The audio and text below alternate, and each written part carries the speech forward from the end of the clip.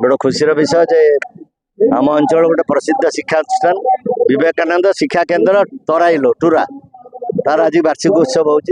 उपलक्ष गोटे भव्य उत्सव हो बहु अभिभावक सब अभिभावक अच्छा शह शह संख्यार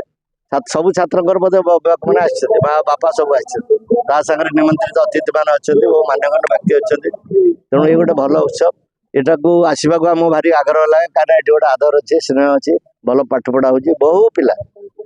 ये संख्याधिक पिला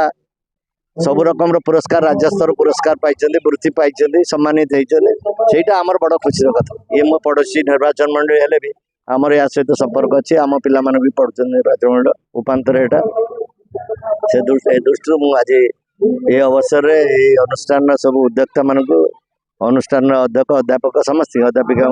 समस्त मो तरफ आंतरिक कृतज्ञता जनाऊे सदिच्छा और सहानुभूति अजय कुमार साहू ए विद्यालय प्रतिष्ठाता संपादक ये आम विद्यालय आज 23 वर्ष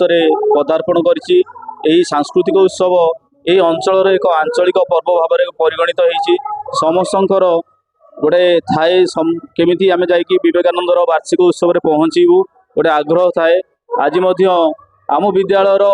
बहु छात्र छात्री अत्यंत कृतित्व अर्जन कर राज्यस्तरीय मेधावृत्ति आम भारत ओडिशा रे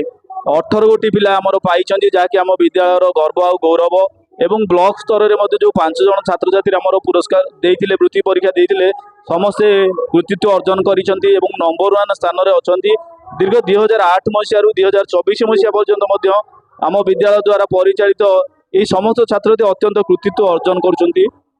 आज जो वार्षिक उत्सव आज ये अतिथि भाव में मुख्य अतिथि भाव में आसी